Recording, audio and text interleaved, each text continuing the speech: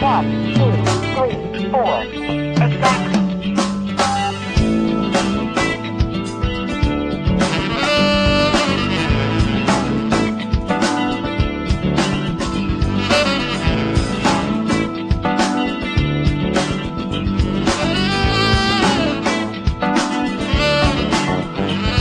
Woke up this morning without a warning. The words were still ringing in my head. It came, it seemed within my dream, a gentle voice, and this is what it said. Stop now, you got to stop and listen to what I say.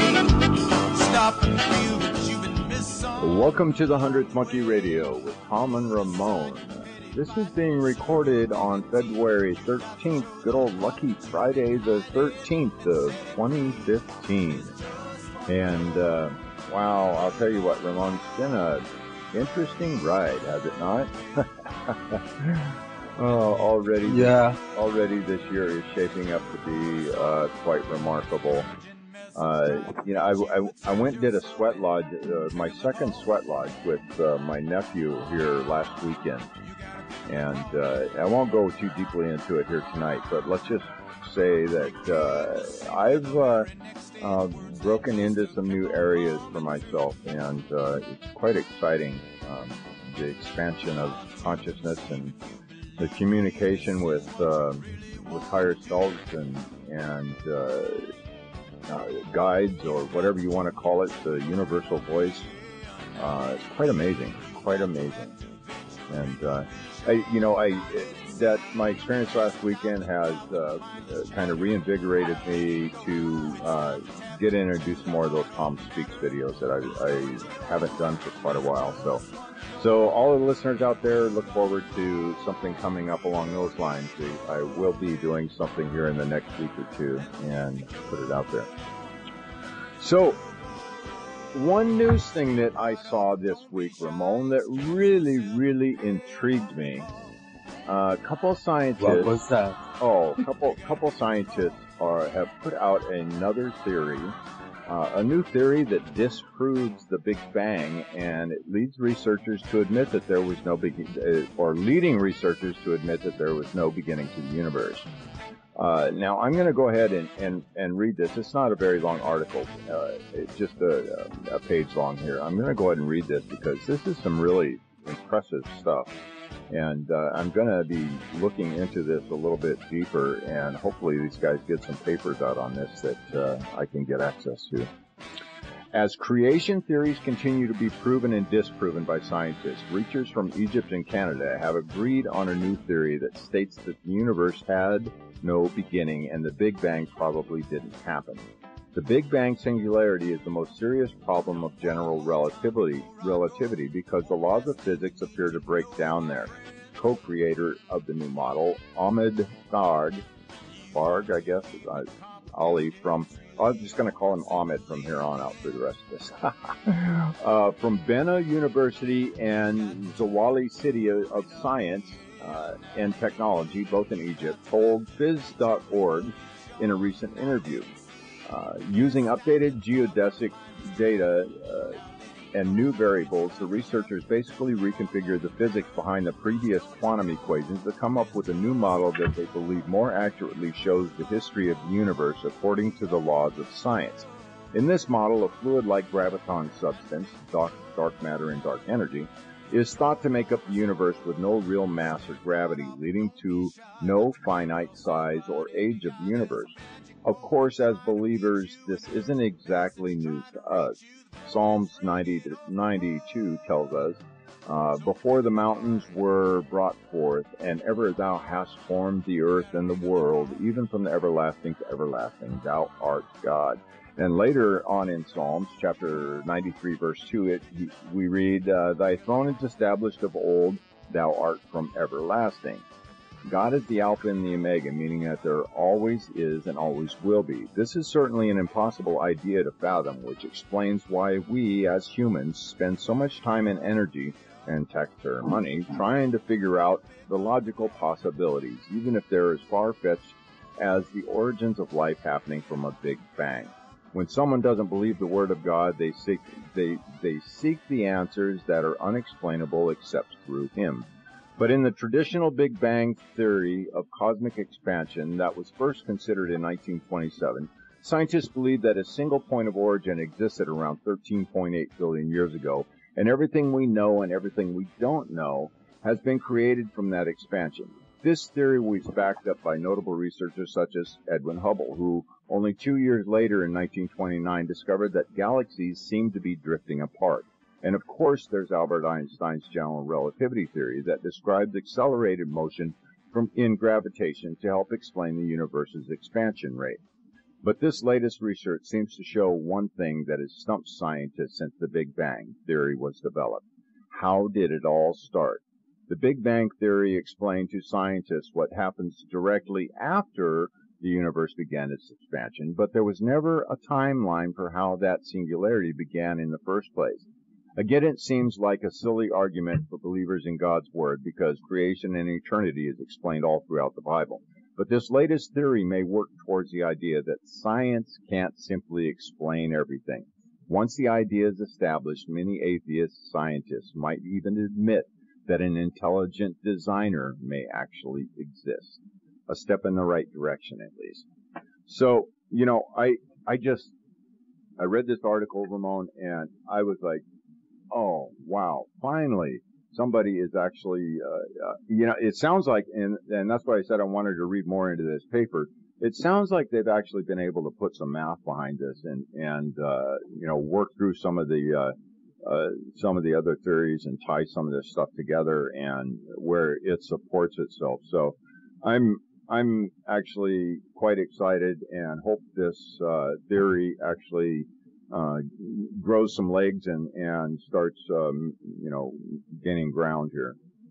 Well, it isn't either. I think in this month or next month, CERN is gonna do some experiment on the Big Bang. Right. They're gonna try to create it up in CERN, and I remember oh my God, the famous scientist, he was giving a warning. What's his name? Yeah, the one in the wheelchair. Right. Oh God. Okay. Yeah.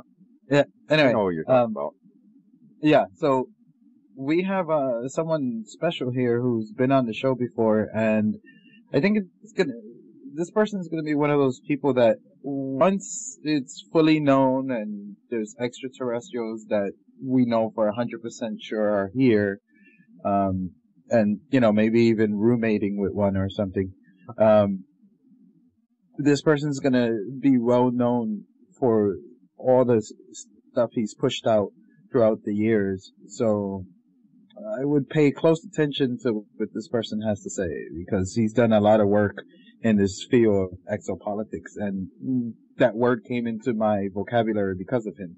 So, Tom? Yes, we have Dr. Michael Salla back with him. We had him on back in September of 2013, and I would go back and listen to that interview too, guys. That's an excellent show in itself. He's a pioneer in the development of exopolitics, the political study of the key actors, institutions, and processes associated with extraterrestrial life. His interest in exopolitics evolved out of his investigation of the sources of international conflict and its relationship to an extraterrestrial presence that is not acknowledged to the general public, elected officials, or even senior military officials. His groundbreaking Exopolitics, Political Implications of the Extraterrestrial Presence, published in 2004, was the first published book on exopolitics and explained the political implications of extraterrestrial life. In Exposing U.S. Government Policies on Extraterrestrial Life, published in 2009, he revealed how the world's most powerful nation secretly manages information concerning extraterrestrial life and technology. In Galactic Diplomacy, Getting to Yes with T, I know that was bad, published in 2013, he shows how humanity can negotiate with extraterrestrial civilizations in a way that protects our vital interests. And in his most recent book, Kennedy's Last Stand, Eisenhower's UFOs, MJ-12, and JFK's Assassination from October of 2013, he documents the tragic efforts by President Kennedy to share more widely the truth about UFOs and extraterrestrial visitation. And I'm going to leave it at that, folks. Guys, there is a much more in-depth bio on the website. And I want to welcome you back to the 100th Monkey Radio, Dr. Michael Salla. Thank you, Tom and Ramon. I'm glad to be back again. Oh, so Yeah. So, Michael, just to start off with, since I shared that article with you and our listeners, I'm just curious what your opinion is on this new theory of the creation of the universe. Well, it's something that I've kind of come across before in terms of various models for what it is that drove the creation of the universe. The idea of one big bang having been responsible for this universe. That's the predominant theory. But as you were saying, if that is something that is being challenged by the scientific data, then we are looking at not so much one creation event, but probably a variety of different events whereby the universe has been created as we know it. And the one thing that comes to mind is the kind of Vedic idea of a kind of implosion, explosion version of the universe, whereby you have a universe which is constantly going into a contraction and expansion phase. And so, in that sense, we have both, creation and destruction, but yet, behind it all, there's the one universe just undergoing these cataclysmic changes. Right. Yeah, I definitely agree with that. And that is the one theory that has always resonated with me, that in-breath and out-breath of the universe. It just that makes sense and it feels right to me. So, Michael, what have you been up to in the last year and a half? Well, I've been writing quite a bit in terms of the developments that we are seeing over the last 12 months or so. There just seems to be more information coming out on the topic. There has been probably the biggest change from the time when I began writing on the field of exopolitics is that over the last decade, the mass media has increasingly come on board to discuss the topic. And what we see now is basically that the kind of mainstream media is very heavily invested in the idea of exoplanets. The possibility that extraterrestrial life exists out there is now accepted as a kind of mainstream opinion or conclusion, whereas 10 years ago that was by no means a conclusion. In fact, if you were writing about extraterrestrial life existing out there and you were a mainstream scientist, your career was under threat. Now you actually have mainstream scientists actually discussing this, and Ramon was talking about Stephen Hawking and the threat that Hawking is saying ETs pose. And that's just one example where, because a scientist, an astrophysicist like Stephen Hawking in 2008 began to talk about extraterrestrials as certainly existing out there and the likelihood that they are predatory, that it's maybe not such a good idea to be sending out radio communications and signals out into the universe, because if ETs do show up, they're probably going to be like the conquistadores who basically took over the Americas, and if they show up now, then they'll take us over. Well, that kind of exopolitical speculation, a decade ago, that would have gotten scientists into hot water, whereas now Hawking kind of opened up the door, and now it's mainstream. Now you're actually having astrobiology conferences where scientists are now speculating about, well, what happens if these things show up? What are they going to be like? Are they going to be predators? Are they going to be brothers in Christ? What is going to happen? So now that has been a big transition, and it's a welcome transition. Yeah, that kind of reminds me of something I heard. Neil Donald Tyson. Neil Donald Walsh. No, Neil Donald Tyson. Neil Donald Tyson. Something Tyson, the scientist, not the philosopher. Okay. Do you know what I'm talking about, Michael? Yes, I know. The astronomer Tyson who took over Carl Sagan's television Yes, program. exactly. Um, I remember he was talking about how and of course he said this from the beginning, how he doesn't believe in UFOs and stuff like that. But if they were to come here, how advanced would they be? Would someone like Stephen Hawking's papers look like something of a 10-year-old on their planet? Because they would be so advanced. And what I found incredible is that he was able to say something like that, but then at the same time, in the same breath, say that there's no such thing as UFOs. And by him saying that maybe a 10-year-old can do Stephen Hawking's paper from their planet, wouldn't be that kind of saying like, well, if they can do that, then they can bring a ship here and you would never know about it. Well, that's correct. And Neil deGrasse Tyson is just one example of many scientists who basically are now saying that they are prepared to accept that extraterrestrials live out there somewhere, and that we are going to eventually discover them through some scientific mechanism, whether it's through a telescope or whether it's through a electronic signal or some other form of discovery. But yet, in the same breath, they will dismiss the data on UFOs as speculative. So, what we actually have here is two very different sets of narratives about extraterrestrial life. One that is fast becoming the dominant narrative, where many mainstream scientists and the mass media follow, which is that we know extraterrestrials exist out there. It's just a matter of time before we discover them. And the other narrative, which is the one that we are familiar with, that is that there has been contact and made since at least the Second World War era, and that this has been covered up. And this, of course, remains a kind of something that the mainstream media is reluctant to accept. But nevertheless, we have these two narratives, and they exist side by side at the moment.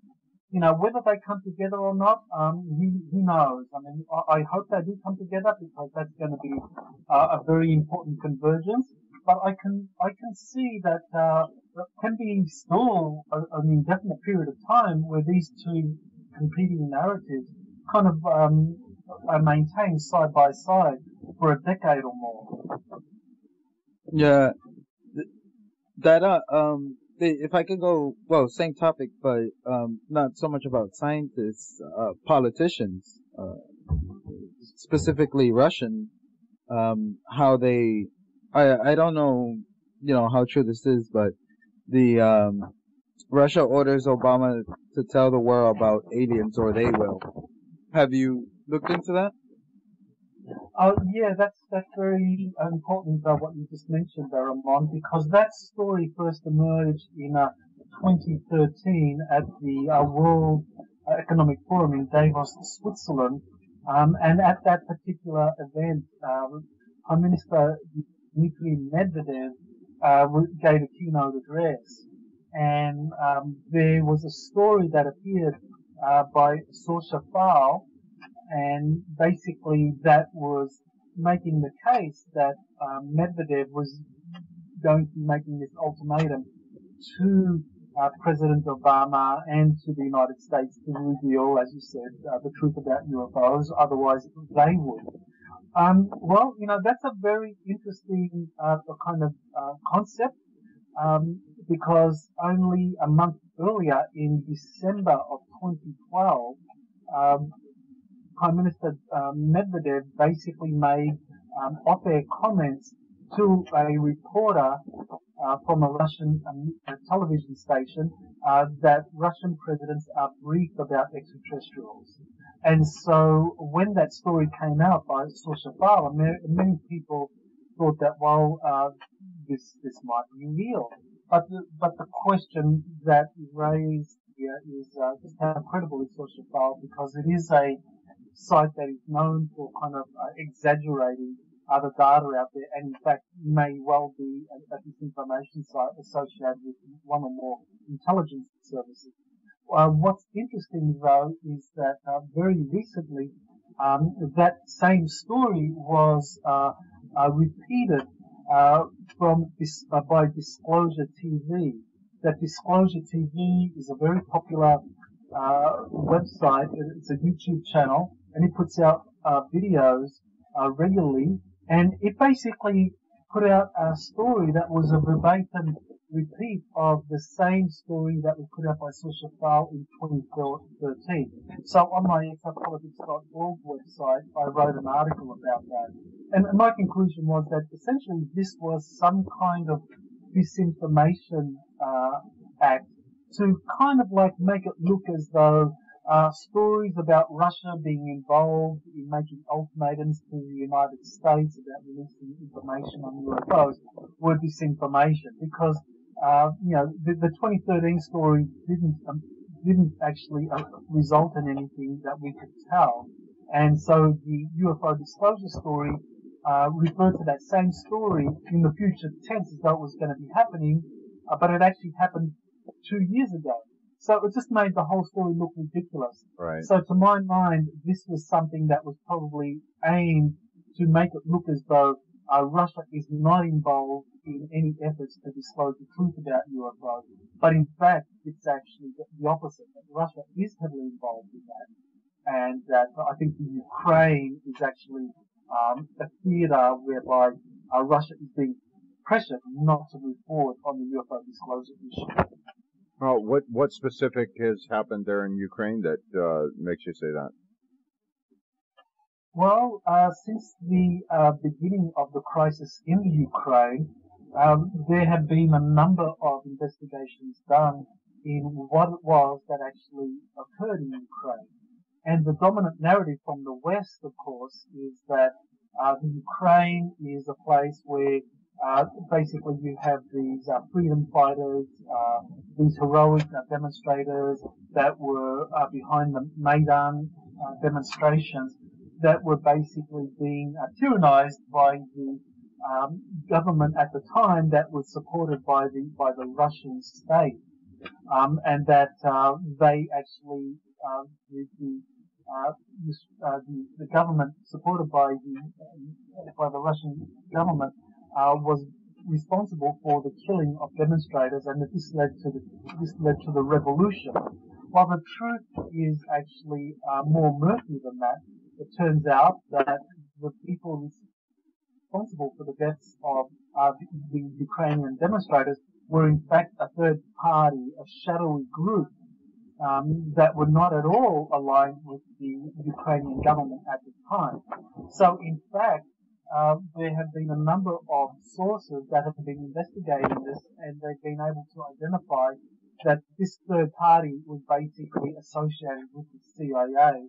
And the most recent investigation was one that was conducted by Oliver Stone for a documentary that he's working on, and he said that the Maidan demonstrations and the overthrow of the legitimate Ukrainian government at the time was actually a CIA-inspired coup. And so basically that is very revealing, because it shows that the Ukrainian government was overthrown by a CIA coup, the aim of which was to basically present a major headache on the doorsteps of the Russian President Putin, whereby a major bordering state that was previously regarded as firmly in the Soviet or the Russian sphere of influence was all of a sudden transferring over to the Western sphere of influence. So it basically would be the same as if Canada or Mexico suddenly turned around and signed a major economic and security pact with China, and all of a sudden China has military bases in Canada or Mexico. You can imagine the United States would go ballistic. Right. And similarly, Russia went ballistic with this transition of events in Ukraine. Interesting stuff. Yeah, I mean that the chess game that is played on the world stage, boy, it can sure get convoluted and murky, and you know, as soon as those three letters CIA are mentioned on any of these things, it's just you've really got to throw your flags up and take a really close look at what's really going on, and approach it with a much more objective view, I guess, or a critical view, I suppose.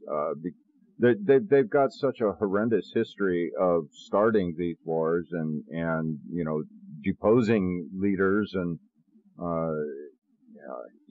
it gets ugly. You know, the whole idea of that extraterrestrial influences that are pushing or pulling some of the strings within our government is that's one that it keeps popping up in my research, and I'm just curious. Do you feel like there's some ploys or some strings being pulled to in that area of the world right now also? If you're talking about the Ukraine, yes, definitely. I think that what has happened in Ukraine has been totally orchestrated by the secret government, by the shadow government that uses agencies such as the CIA, the Mossad, the Vatican, to create circumstances around the world where they can maintain the secrecy that they see as really essential for maintaining the whole kind of covert international network of projects associated with extraterrestrial life and technology. That from the beginning of the cover-up in the 1940s and the 1950s,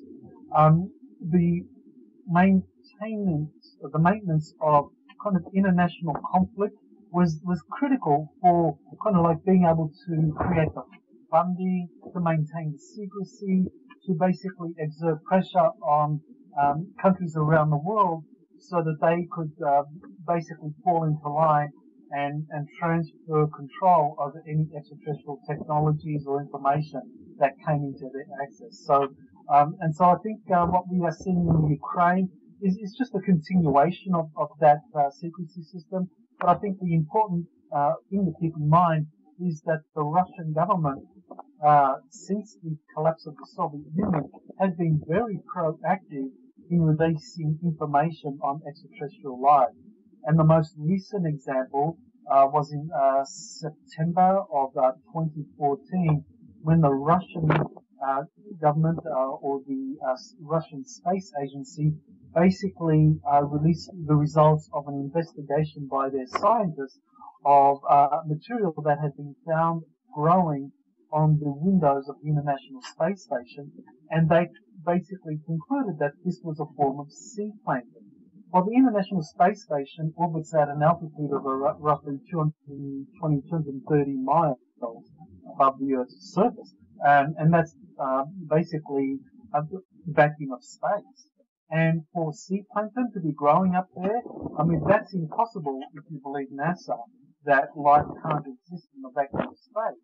But of course, if you subscribe to the theory of panspermia, that life can exist in the vacuum of space, and that in fact has been a very effective way for spreading life throughout the universe, then in fact, actually, it's not a surprise that that microbes were found on the growing on the window of the International Space Station. So the fact that the Russian scientists have disclosed this is very telling, and of course, you know, the mainstream Western media has ignored this. Wow. Yeah, completely. You know, what I found hilarious is the way NASA tried to explain it once it was disclosed, that it was the air, like the water was brought up by the air into the space station. I was like, what? I mean, it sounded so ridiculous the way they tried to explain it, and I can't believe people actually brought that explanation.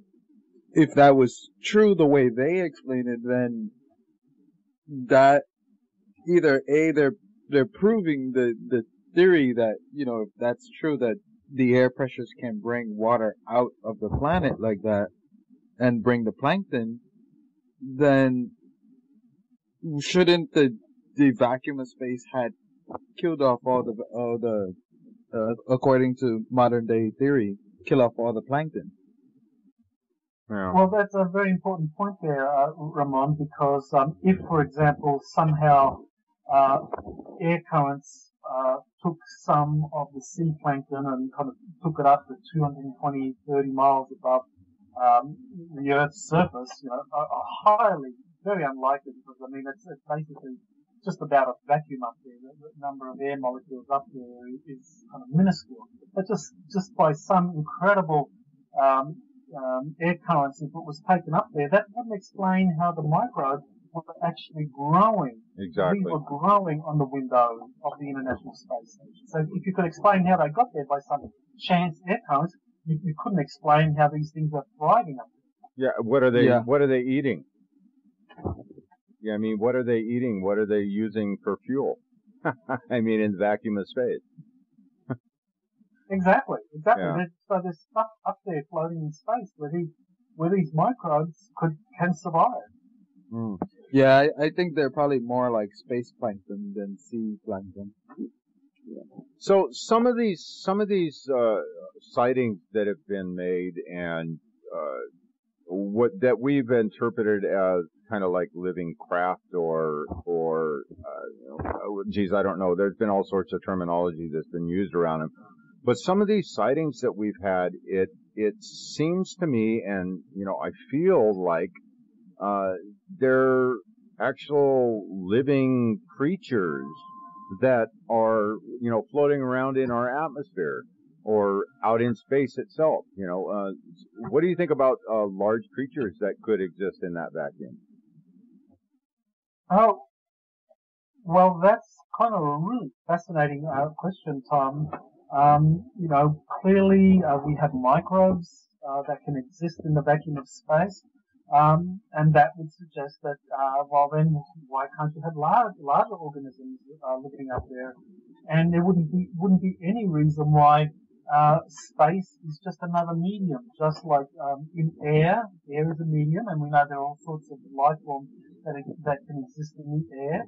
And of course, we have birds and so forth that use them.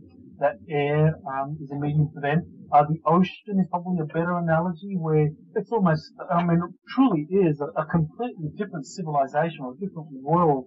Once you get beneath the surface of the ocean, it's a different world altogether. I mean, I go snorkeling kind of regularly here, and believe me, once you get kind of into the depths of the ocean, it's a completely different world with the medium whereby different forms of life can survive quite well in the medium of the ocean. So there's no reason why the vacuum, or so-called vacuum of space, I mean that's kind of really wrong, because space, as we know, it can't be a vacuum if you actually have microbes and other life forms existing out there. And so if you have small microbes existing out there, then you have larger, more complex organisms that can exist out there that can feed on the smaller organisms, and you can have larger and larger complex forms feeding on those larger organisms. So ultimately, we have to regard space as another medium, just like the oceans, where you can have very small and very large organisms that can naturally exist in the vacuum of space. Right. Yeah, a lot of the shuttle footage. Some of the shots from the shuttle footage they just look like life forms. So yeah, I have no doubt that a lot of what we have seen out there are actually life forms. Granted, there's the craft too, undoubtedly the craft, but yeah, they're quite interesting to see, and something else that we've had. Actually, here in Western Washington, oh geez, I think it was in the late 90s, in a little town called Oakville. There was this stuff that rained down from the sky. It was a slime. It was like a clear jelly that rained down from the sky.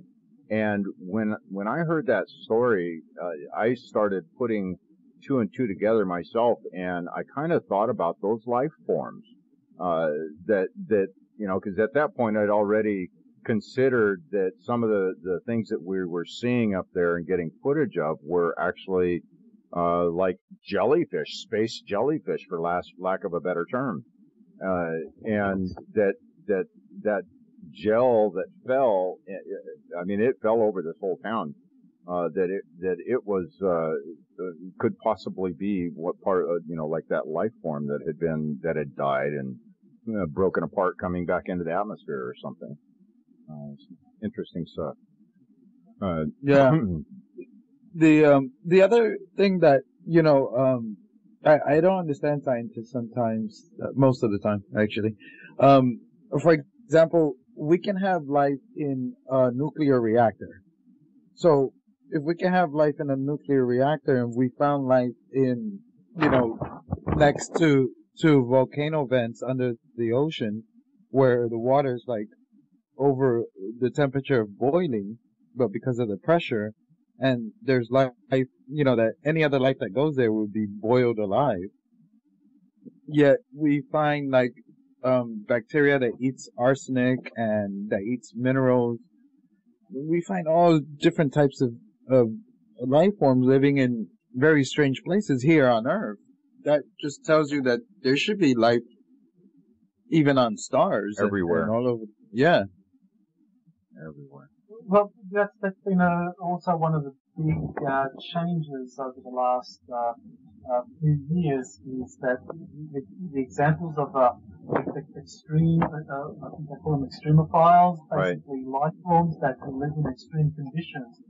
They've been finding that, just as you were saying, Ramon, in deep ocean, volcanic vents and so forth, and deep under the Earth's surface, and of course in the Antarctic we're finding similar things in Lake Vostok. So basically in the most extreme conditions that scientists can imagine, they are now finding life forms. And so that is kind of like also part of the way in which the scientific community is kind of coming around to accept that life is almost certain to exist out there in the universe in different places, and it's all a matter of basically confirming it. And this is the thing with the scientific community, kind of like, what makes them very predictable and conservative is that, everything has to be replicable, and you need to be able to find hard scientific data to basically make any kind of conclusion. And so while they can basically speculate that, okay, extremophile life forms can exist on, say, in outer space, say on the moons of Jupiter, for example, such as Europa, underneath the kind of exterior crust, or in some kind of deep ocean, that they still need to kind of find evidence of that. And until they find evidence of that, then they won't say that it exists. But of course, that kind of like leads to the very important observation here that, well, sure, that's fine. If you follow the scientific method to the logical conclusion, it's like, okay, yes, that all sounds good. But of course, where it fails is where it hits this issue of national security. What if they do find extremophile life forms under the surface of Europa? Now, is that something that NASA is just going to release, or will it be basically a national security issue? And then, of course, that raises the question of, well, why has NASA been so reticent to kind of like confirm the existence of life in the outer regions of outer space near to Earth? It's again national security. Yeah, they throw a lot of things under that national security umbrella that just do not make sense to me in the realm of securing our nation. I think it would be better called something else, like corporate security or corporate monetary security or something along those lines. Right. Oh, that's very important, Tom. It's like, the term national security is really whatever those that have the reins of power want it to be, which really is ridiculous because the concept was all of, I mean, the concept itself suggests something concerning the vital interests of the nation.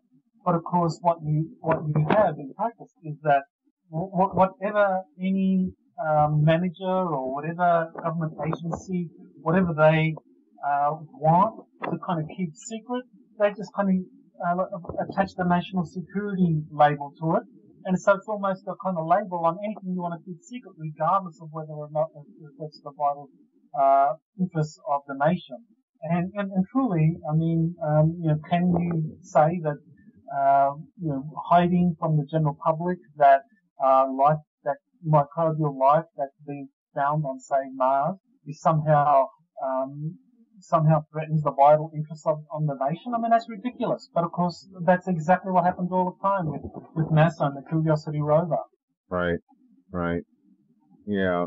I actually was impressed. There was a story that came out a couple of months ago about this crater that the rover's in right now, and the sediment layers that they're finding, and they actually did come out and said there has been water there, and they could see the sediment, the layers of sediment that were put down by like seasonal water.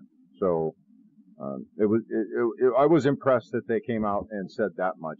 Anyways, it's pretty bad when you're impressed that they're going to admit that that Mars had water on it finally.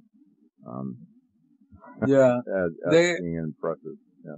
the other thing that I think came out last year or 2 years ago, I can't remember exactly when, was that whole thing about them finding a lot of methane in Mars that kind of correlated with life, the excretion of life, and they were saying like possibly like bacteria, when it warmed up in certain parts, they would get a lot of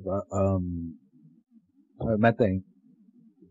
Yes, exactly. Methane, along with oxygen, is one of those gases which is taken as a kind of biosignature.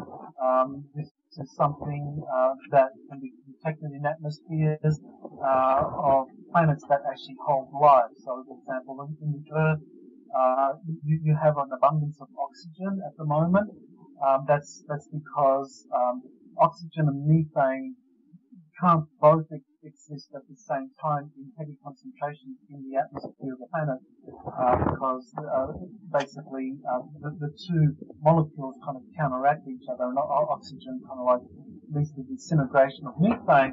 But in planets such as early in Earth's history, when you didn't have kind of complex organisms that generated oxygen as a byproduct, you actually had methane as a byproduct.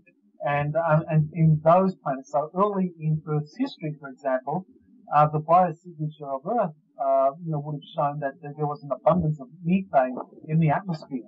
And so, if they're finding significant amounts of methane in the atmosphere of Mars, that's a biosignature of life on Mars, that there is kind of microbial life somewhere producing the methane. At the very least, there's some of the shots that I've seen of Mars.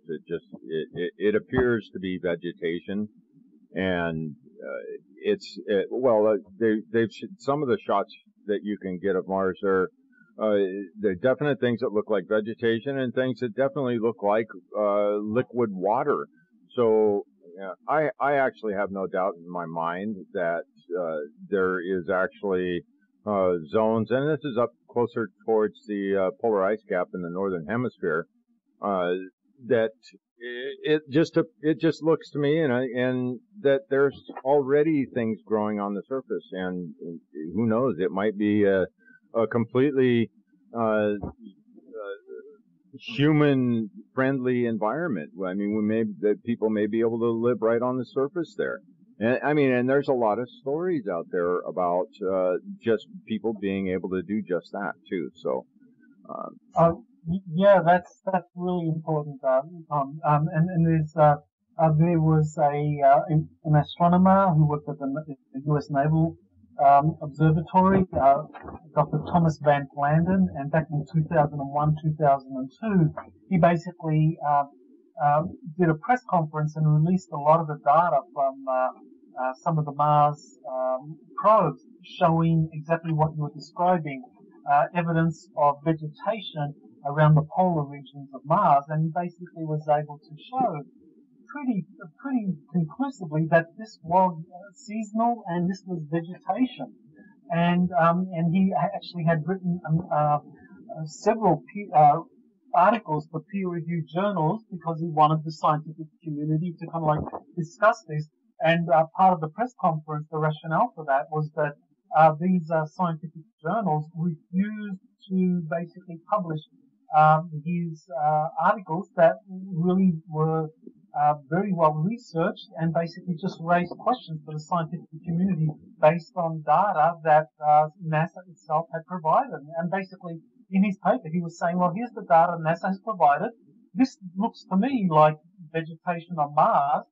Can anyone out there refute my conclusions? Am I missing anything here? I mean, that was basically, that is in conformity with the scientific protocol for having articles published in journals, and he was refused, and so he decided that he would go public with his press conference. And as you said, Tom, this is exactly evidence that the conditions on the surface of Mars are not at all the way NASA describes them. And as you alluded to, there's all sorts of references to the surface of Mars and the atmosphere of Mars being friendly to life as we know it. There have been a number of whistleblowers who have come forward who have basically said that they were taken to Mars in advanced or secret space programs and that they could breathe on the surface of Mars. Well, I mean, if they can breathe on the surface of Mars, then immediately that tells us that what NASA tells us about the atmosphere of Mars is a lie.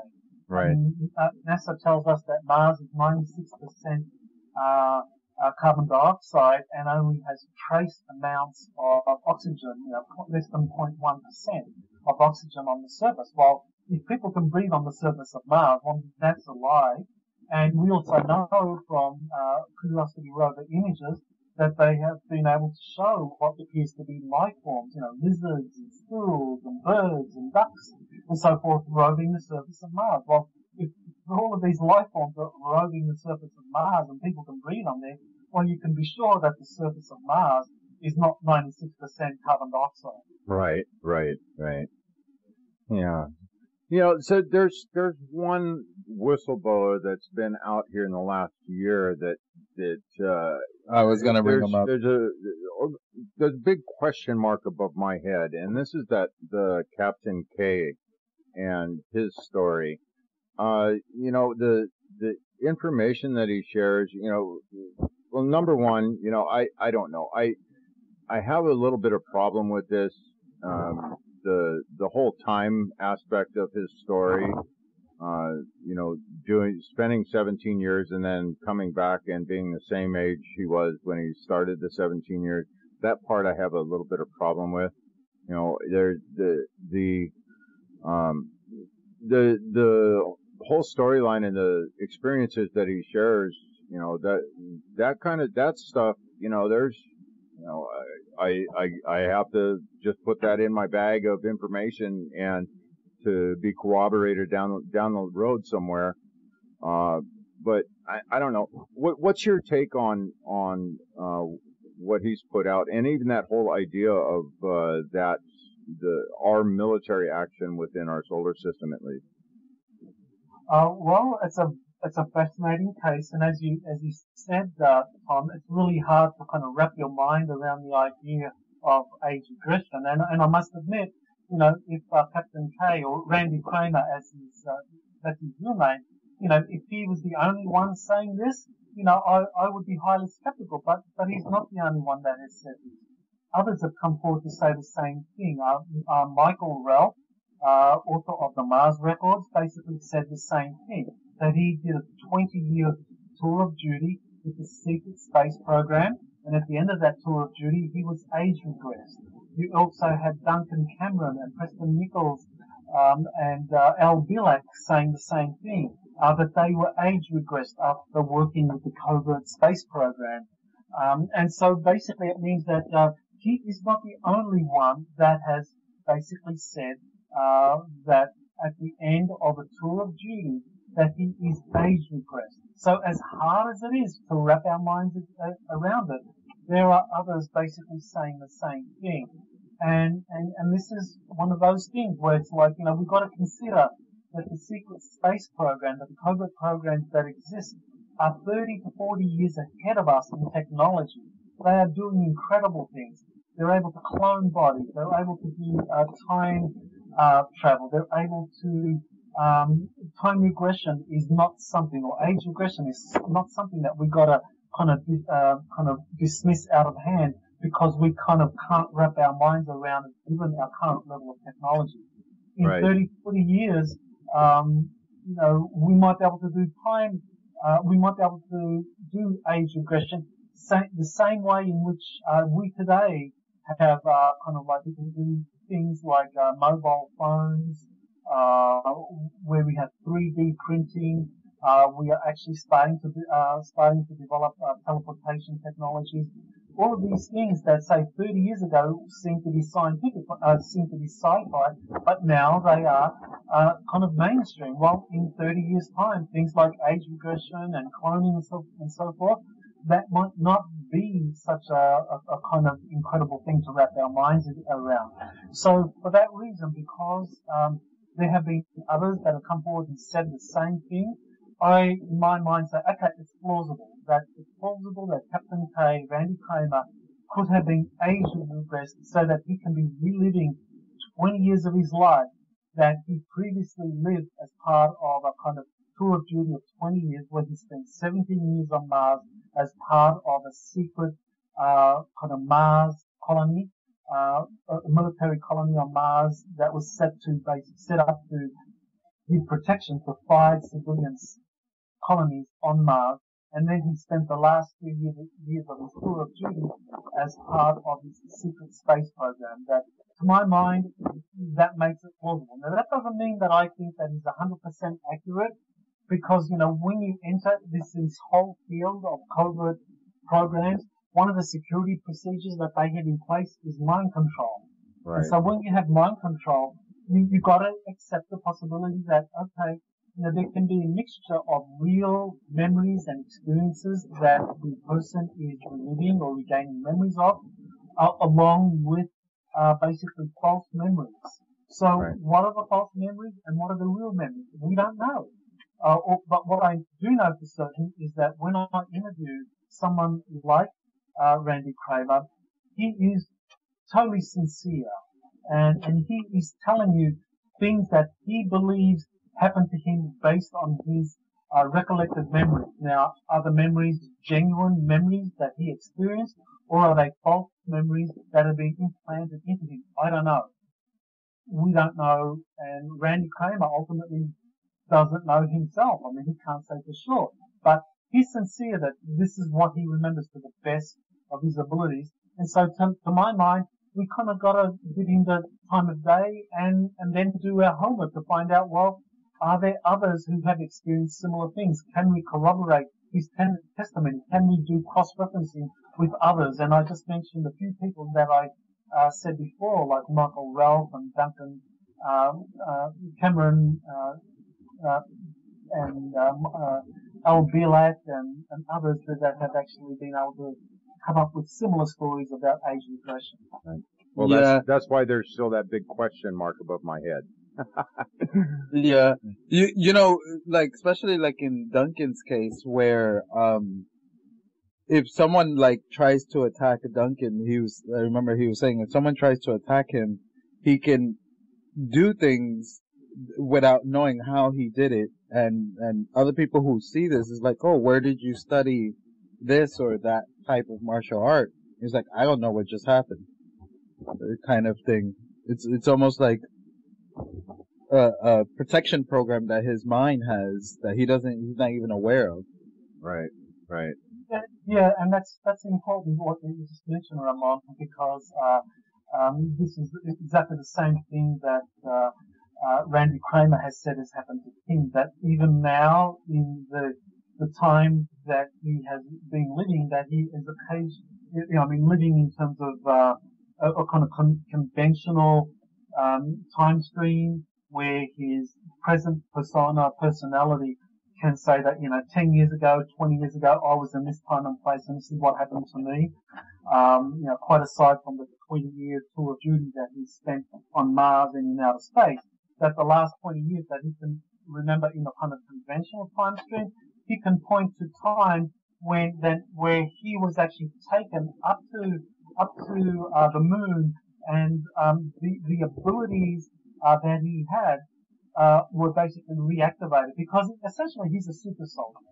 Essentially, the time he spent on Mars, he was put through training as a youngster, as a teenager, going back to, I think he was like 6, 7 years of age. He was trained as a super soldier, so those abilities are compartmentalized in his mind. And so when those abilities are triggered by certain commands, those abilities, he can relive them. And so basically he says that in the kind of, last 20 years, there are examples of where he was taken up to the moon, and basically those abilities were reactivated, and he was doing things like showing visiting congressmen basically how to take out these hostile extraterrestrials or cloned soldiers. And so he was able to do this. So yeah, basically showing that those abilities are still there and that he can be reactivated at any time. Yeah, the mind is a very interesting thing. The way it can be programmed and manipulated. It's actually quite startling. Yeah, it's actually quite disturbing, because if it's true what these super soldiers are saying, it sounds more like tortured, because they would go into these situations and sometimes have a limb blown off, and then it's regrown back, and then they're sent back out, and then something else happens, and then regrown back, fixed, and it's just this constant back and forth of getting shredded to pieces and then brought back together, and like, okay, do it again. That must be real torturing on the mind and the scarring in the memory. Well, the thing to keep in mind here, Ramon, is that, these people have been trained to be super soldiers. So it's like, their minds are programmed in a certain way where, like any soldier, you have a mission to perform and you go and do it. And if you get hurt, then you have skilled medical practitioners who use the latest technology to heal you. So in the covert program, these super soldiers are healed with technologies that truly are out of this world, and kind of holographic healing technologies where limbs are basically regrown, or internal organs are basically regrown, so that these people are kind of put back together again so that they can go out and fight, because they truly are valuable resources, just as any kind of Navy SEAL or Delta Force Special Operations commando is someone that has that is very valuable for the covert services. Similarly, these super soldiers are very valuable, and so they go to great efforts to heal them and provide for them, and the super soldiers know this. Yeah. Wow. So we're at the top of the hour already. This has flown by. So Michael, if you would share with us your websites, and you got anything coming up here in the near future that our audience needs to know about? Well, yes, if you just go to my website, exopolitics.org, that's spelled EXOPOLITICS.org. That's where you find all of my material, and I'm putting out a lot of articles these days, and I'm also putting out quite a few YouTubes as well, and I'm involved very much locally with the creation of a UFO landing pad here in Hawaii. That's basically part of the Hawaii Kingdom Sovereignty Movement, and so they've dedicated some sovereign land for extraterrestrials to land. So I'm very excited about that. There's a lot of things happening there, and I'm happy to share more about that in the second hour. Oh, absolutely. Yeah, we definitely want to go there. Yeah, one thing before we go, Michael, can you also tell us how often do you release your news, the YouTube news where you're sitting at the desk and very professional kind of news setting? Okay, yes, with the Exo News TV, we are kind of like having our winter break at the moment, and we're going to be coming out soon with the kind of new format and a new series of interviews. So we are looking forward to getting that out pretty soon. We're kind of getting over some technical difficulties with my producer. He's having some technical difficulties, but once we've overcome that, then we'll come out with a new series of interviews for which will be our third season. Fantastic. Good stuff.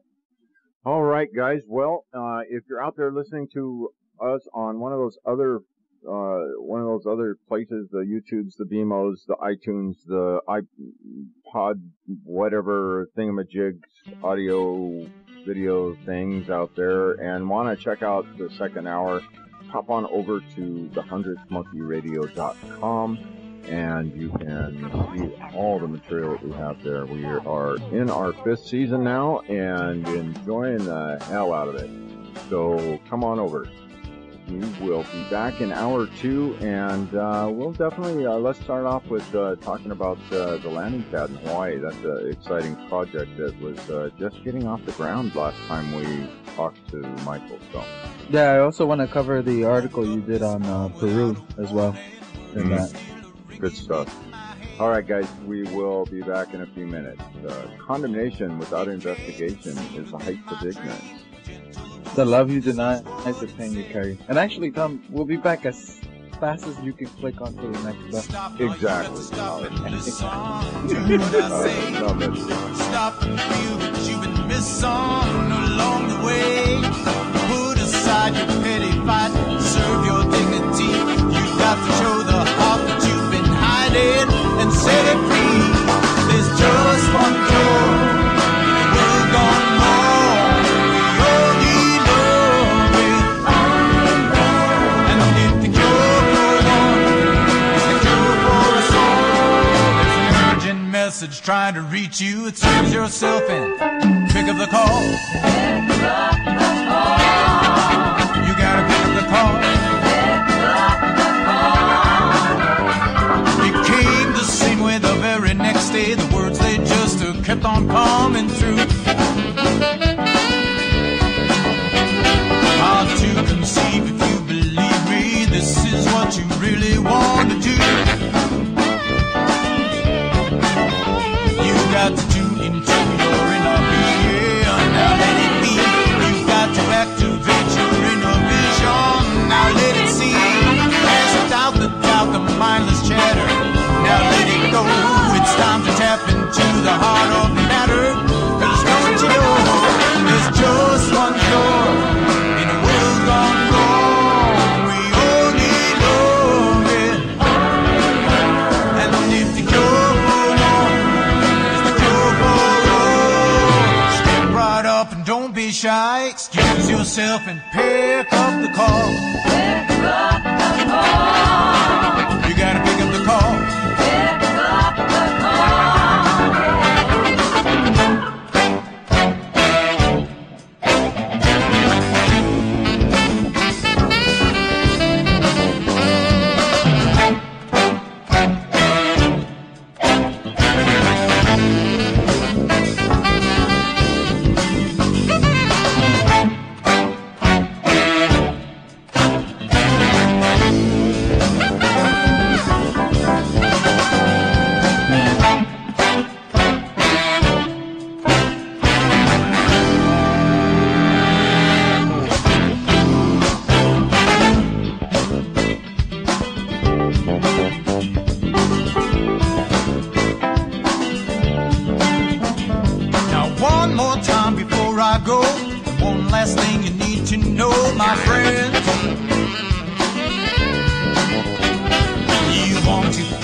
complicated. It's really all quite simple in the end. You got to tune into your inner being. Now let it be. You got to activate your inner vision. Now let it see. Cast out the doubt, the mindless chatter. Now let it go. It's time to tap into the heart of the matter. 'Cause don't you know, there's just one cure in the world gone wrong. We only love it. And if the cure for one is the cure for us all, step right up and don't be shy. Got to look yourself right in the eye. There's a magic moment trying to meet you, an urgent message trying to reach you. The phone is ringing off the wall. So pick up the card. You gotta pick up the card.